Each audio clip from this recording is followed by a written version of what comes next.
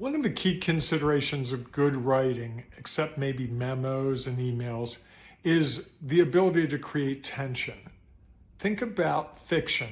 You've consumed fiction, whether it was in high school or college or a movie or something where, there's a character and they have something at stake and they have to figure out a way to overcome various challenges until they get a new understanding or they go past whatever that challenge is.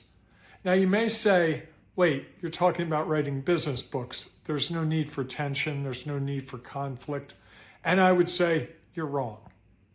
First though, I'm Bob Graham from Spirit Point Inc. and I help business owners and business leaders tell their story in lead generation books that make them authorities in their field and generate referrals and other activities so they can grow their businesses. So, tension. Where is it in business writing? I'll tell you, it's really simple. And once I tell you, you're going to say, wow, that I never thought about it that way. But the tension is that the author usually knows something that his reader does not. So I wrote a book about soft skills about 7 or 8 years ago, and the tension in that book was that I knew the 55 soft skills, as the title said, and I knew how to use them, and my readers usually don't. So the tension was, this guy has something in the book that my reader doesn't. And so when you think about a book like that, think of the books that you've read, business books you've read. If you read a book about marketing, you didn't understand marketing fully, or how to use Instagram, or how to send better emails, or any kind of thing like that, even if you think about an instruction manual for that matter. An IKEA instruction manual or the instruction manual for your monitor, they know the person who wrote it knows something that you don't know. And the tension is that you've got to figure it out. In the case of the printer, if you don't figure it out, you can't print paper. In the case of emails, if you don't know how to write effective emails, then you're not going to be able to send emails, and that creates a problem. And so there's always tension there. And good writers play with that tension. This is one of the keys to making writing engaging that we often don't think about, which is how do you play with that tension? There's a key element of it that you have to invite the reader to understand what they're missing and why it's important to them. Now, think about the parallel.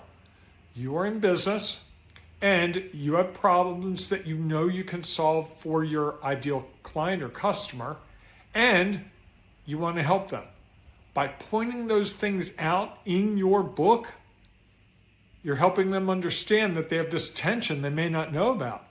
How many times have you not realized that you had a problem until someone says, hey, I think your problem is this. So in your book, that's exactly what you're doing. You're pointing out to your reader what the issues are, what their challenges may be. And if you've written the right business book, the right lead generation book for someone, then it speaks to them. They feel the tension. They may not understand the tension. They may not understand the conflict in their life, excuse me, until you point it out to them. But once they know it, they want to act on it. And that's where a lead generation book has its value. That's where I help people write books that are powerful marketing tools for them, because they are clarifying what the problem is for the reader and how they can resolve it. That's the key. So understanding the problem. So for instance, I'm doing this video and I'm trying to help people that want to write business books understand better how to write those business books. Here's the tension. They don't know how to make their book effective. They may write a book and it may not be effective. They may never write a book even though they could or should. I know the information. I understand the problem that some of these people are having. I know the language they use, and I want to help them understand the problem. And if you think about it, ideally, the person writing the book wants to create even more tension. They want to agitate the person even more, because the more people are agitated, the more likely they are to act. So often when we're writing a business book, we're trying to really clarify what the problem is in very, very deep terms. I think of it like poking the bear repeatedly. As you're figuring out the problem, as you're pointing it out to the person, you're just hammering it away over and over and over. A little different presentation of it each time. But the goal is to get it so that anyone who reads that book feels the problem, feels the source of their problem, and because you can articulate what their problem is more clearly than they can in their mind, then the odds are really great that they're going to turn to you when they need to find a solution, because you've given voice to something they couldn't put their finger on.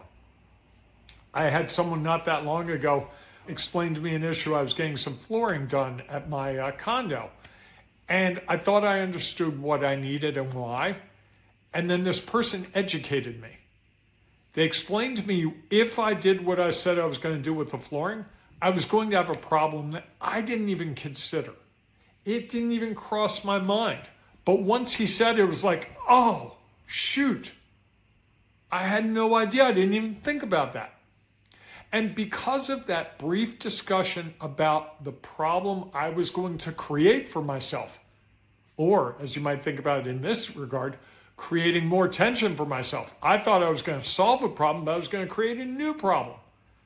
Because this person took the time to educate me, help me understand my problem clearly, help me understand where I went wrong, frankly, and how I could improve the situation, I ended up spending money with him, not another person.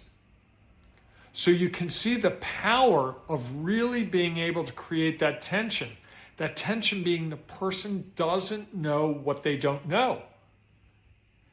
You have this happen to you all the time. You probably don't even pay attention to it. But you see an ad on TV, and the example I give that, you probably, if you haven't watched TV lately, there are a whole bunch of ads for medical things. This pill solves this, that pill solves that. There's a million of them. And if you watch some programs like the news in the evening or Jeopardy or Wheel of Fortune, it seems like there's just one pharmaceutical ad after another. And I know a couple of people who have said to me, not jokingly, that I keep seeing this ad. I really think I might have that condition. That's how powerful it is. That tension that the ad's creating, that, hey, you may have this issue, is causing people to say, I need to be treated that way. Think of how much power that requires for the advertising. You see this ad that says you might have high blood pressure. People have high blood pressure, do this, this, this. Here are the problems they have. Here's what happens. Here's what they look like. Here's what their medical records look like. Here's what the future looks like. And next thing you know, the person who watches that is starting to think, gee, I might have some of those symptoms. Wow, I didn't sleep really well the other night. Oh, that's a sign. Oh, sometimes I don't drink enough water. Oh, that might be a sign. All these things come into play. So when you're creating a lead generation book, it's about understanding the person's problem, agitating them, at its purest form, agitating them, making them really take notice, really feel the problem deeply. That's why a book's so powerful, because you have the space to really get into it.